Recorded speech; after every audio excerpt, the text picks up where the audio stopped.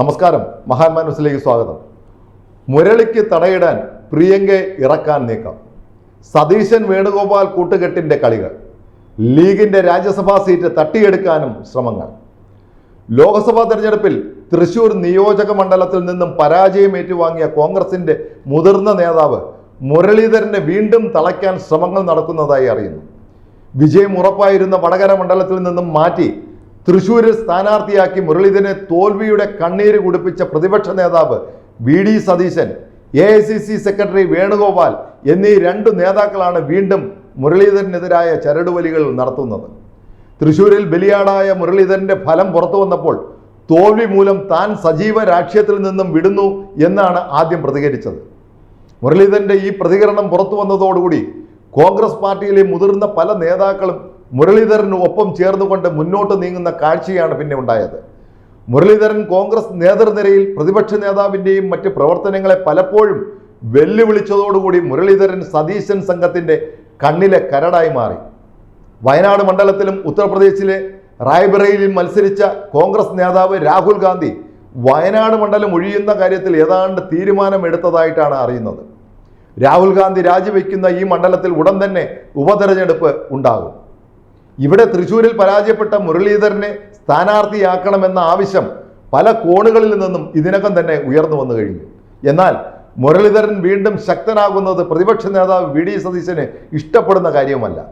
സതീശന്റെ നിർദ്ദേശപ്രകാരം KC Venugopal ഇടപെട്ടുകൊണ്ടാണ് AICC തീരുമാനം എന്ന നിലയ്ക്ക് വടകരയിലെ സിറ്റിംഗ് MP ആയിരുന്ന മുരളീധരനെ അവിടെ നിന്നും മാറ്റി തൃശ്ശൂരിൽ സ്ഥാനാർത്ഥിയാക്കിയത്. മുരളീധരന് ഒട്ടും താല്പര്യമില്ലായിരുന്ന ഈ മാറ്റം AICC തീരുമാനം എന്ന പ്രഖ്യാപനം എന്ന് പറഞ്ഞുകൊണ്ട് പുറത്തുവിട്ടപ്പോഴാണ് മുരളീധരൻ അത് അംഗീകരിക്കുന്ന സാഹചര്യമുണ്ടായത്. ഏതായാലും തെരഞ്ഞെടുപ്പിൽ തൃശ്ശൂരിൽ തന്നെ കോൺഗ്രസിന്റെ നേതാക്കളും ഒരുപറ്റം പ്രവർത്തകരും രഹസ്യം നീക്കം നടത്തി മുരളീധരനെ തെരഞ്ഞെടുപ്പിൽ 3-ാം സ്ഥാനത്തേക്ക് ഒതുക്കിയ ഫലമാണ് പിന്നെ പുറത്തു വന്നത്. അന്തരിച്ച ലീഡർ കരുണാകരന്റെ മകനായ K. മുരളീധരന് കേരളത്തിലെ കോൺഗ്രസ് പ്രവർത്തകർക്കിടയിൽ ഇപ്പോഴും വലിയ അംഗീകാരവും സ്വാധീനവുമുണ്ട്. അതുകൊണ്ട് തന്നെ പാർട്ടിയുടെ ശരിയായ പോക്കുകൾക്ക് വേണ്ടി ഏകപക്ഷീയമായ നിലപാട് സ്വീകരിക്കാൻ മുരളീധരൻ ധൈര്യം കാണിച്ചിരുന്നു.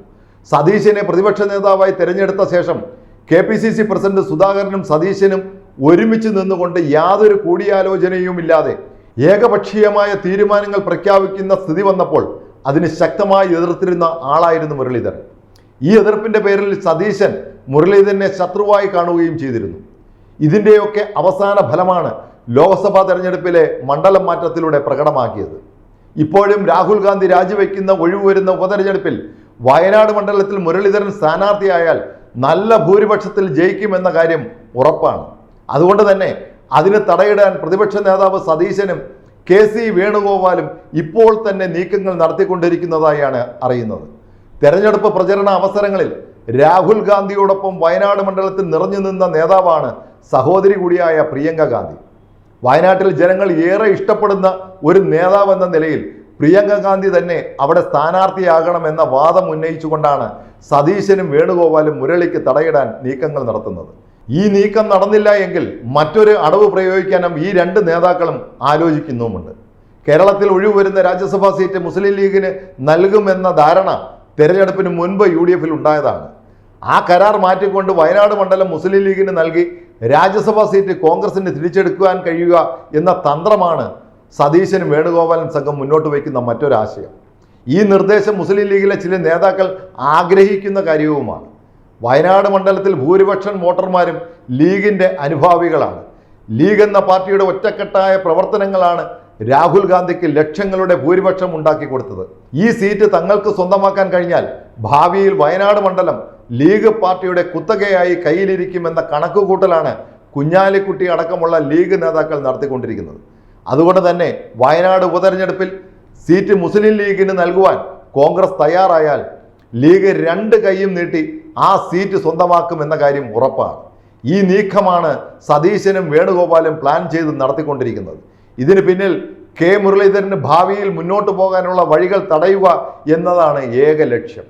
മുരളീധരൻ വീണ്ടും പാർലമെന്ററി പദവിയിലെത്തുകയും നേതൃനിരയിൽ ശോഭിക്കുകയും ചെയ്താൽ കൂടുതൽ കരുത്തോടുകൂടി പ്രതിപക്ഷ നേതാവിനെയും മറ്റും വിമർശിക്കുവാൻ രംഗത്ത് വരുമെന്ന് സതീശന് ഉറപ്പാണ്.